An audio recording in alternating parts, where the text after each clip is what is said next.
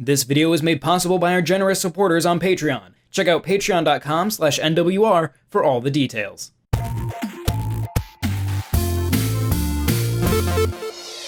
Hey everybody, if you're like me, you're probably about ready for a new 3D Zelda, and Nintendo's working on one, but they don't seem to want to say much about it.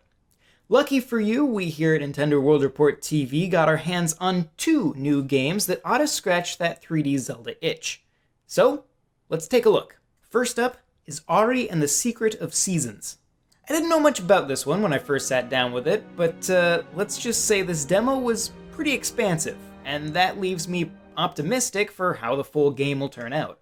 The best way I can quickly sum this game up is if you took the concepts of The Legend of Zelda Oracle of Seasons and did them in a modern way, inspired by the time shift stone segments of Skyward Sword. Now, to some of you, that made 100% perfect sense, and you've already pre-ordered it on the eShop. You are ready to go. For the rest of you, let's go a little deeper and try to explain what that means. Ori and the Secret of Seasons is a third-person adventure game that takes heavy influence from Zelda's traditional formula, while also offering some open-world RPG elements.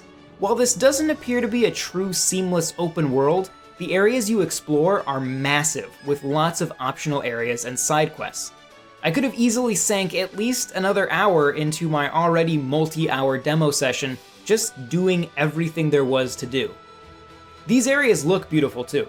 With a vast draw distance and lots of verticality, they just beg to be explored. You play as Ori, who is a young girl on a quest to save her world from seasonal destruction. Along the way, you'll gain new items and abilities that will fill out your moveset, allowing you to both progress and access new areas in previously visited locations. You know, the traditional Metroidvania Zelda-style thing. You go through an area, you get a thing, getting that thing allows you to progress, but also may allow you to go back to an area you skipped earlier and get into somewhere you couldn't get. We all love it. There is traditional sword-based combat that employs timed dodges and parries. It's a system anyone who's played the Batman Arkham games, Assassin's Creed, or even Breath of the Wild should feel comfortable with. The combat is functional, if a little stiff. There is an absence of feedback in many instances that makes it hard to tell if you're doing the wrong thing or a button just isn't registering. For example, if you parry while there's no attack coming, then no animation plays at all, rather than sort of a failed parry animation. Not a big deal, but it can be a little discombobulating. That being said, combat, at least in the segment I played, wasn't particularly challenging, so ultimately it didn't really matter. But it was easily Ori's weakest attribute. Platforming, of which there doesn't seem to be too much, is equally stiff, but much more consistent. As a result, it took a moment, but I was able to get used to it fairly quickly. Where Ori shines is in its season manipulating mechanics. Ori will gain abilities surrounding each of the 4 seasons. The first of these is winter. By using it, she creates a sphere of winter, snow, ice, all that stuff in her current location. This can have a variety of effects on the environment around you. Water will freeze, frozen bridges will appear, and icicle platforms will spawn in the air. You know, normal winter stuff. Floating icicle platforms.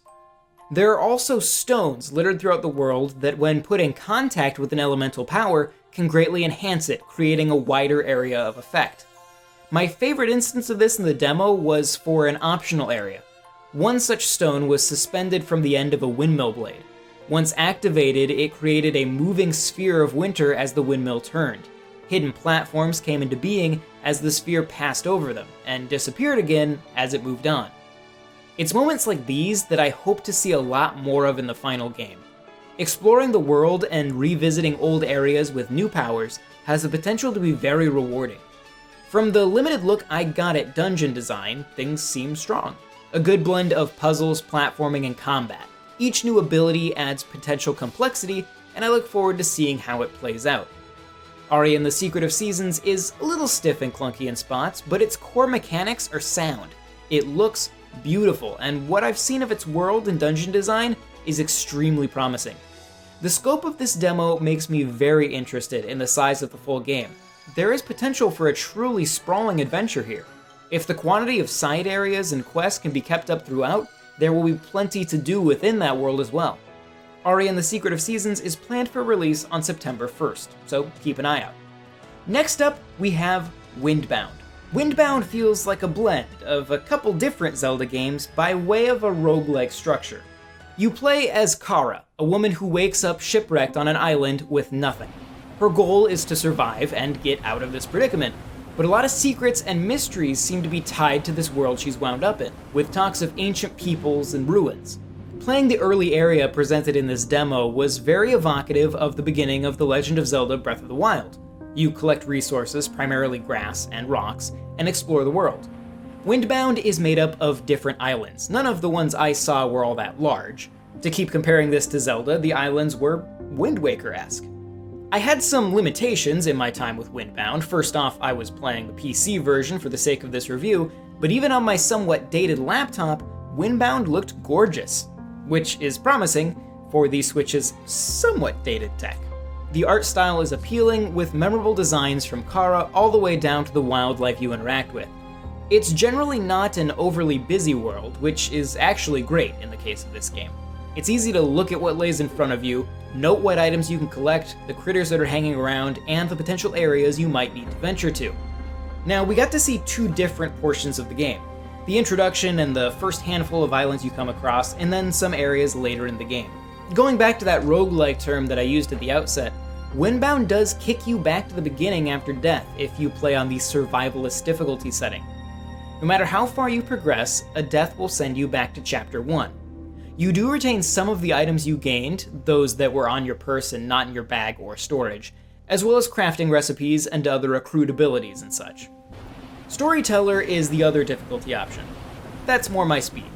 You'll start over when you die, but if you've made it to a later chapter, you'll start back at that area in lieu of going all the way back to square one. Additionally, you keep all your items. The combat is also less difficult. This last one is a big one, because combat, especially with the sizable Gorehorn enemy, is tough, especially when you're just starting out. Knocking out some smaller foes, I thought I could take on a bigger enemy. I was wrong. The Gorehorn quite literally kicked the crap out of me. Combat is primarily focused, it seems, on stealthy melee attacks mixed with a smattering of savvy ranged hits. It's not for the weak, and I'm glad that there's an option that makes it a little easier, even if it's still plenty challenging. The combat is seemingly overall a small part, as crafting and just raw survival are the core tenets of Windbound. Crafting has 4 categories of items. Survival is made up of tools primarily, but also has other useful items such as glider, as well as gear that can be used to do things like lessen fall damage. Weapons feature your knives, staffs, slings, and bows, most of which do degrade over usage. The last 2 categories are focused on boats, with one being boat creation, with rafts and canoes, and the other being accessories, with things like anchors and on-boat storage. Overall, it can be a lot, but the way Windbound is designed seems to make it more palpable. I feel like a broken record, but this does just remind me a whole lot of Zelda. The music easily could have been snatched from that series, and the way you go from island to island gave me a similar feeling to traveling Hyrule in Breath of the Wild and Wind Waker. The goal seems to be to interact with different towers that trigger paths to an ancient ruin. I don't have a whole lot of context for the plot, but the act of navigating the seas to find these towers is engaging, albeit a little distracting, since every new island seems to be worth exploring. From what I can tell, you start a chapter in a new area and have to find 3 towers, then reach the ancient ruins. The developers don't seem to want you to linger too long in each chapter. The amount of resources in each area is finite, so you can't just spend your days in the first area. I like that forward push though, as someone who is sometimes a little skittish of survival games. It does worry me that I'll run out of food in an area, which would spell doom. You have a health meter and a stamina meter. If you run or swim, the stamina meter depletes. However, your stamina is also tied to a hunger meter that limits the length of your stamina as you get hungrier. I didn't have much issue finding food and keeping well fed early on, and with the fact that you can craft a fire to make food, I'm hopeful that the balance is right, and even if you take your time in an area, you can still eat decently well.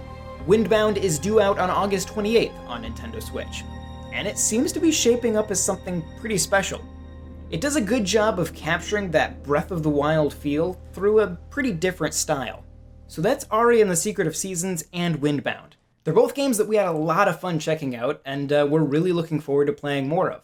Of course, you can keep an eye on NintendoWorldReport.com and on Nintendo World Report TV for reviews of both of those games as we get closer to launch. If you enjoyed this video, give it a like, consider sharing it with a friend, and leaving a comment down below.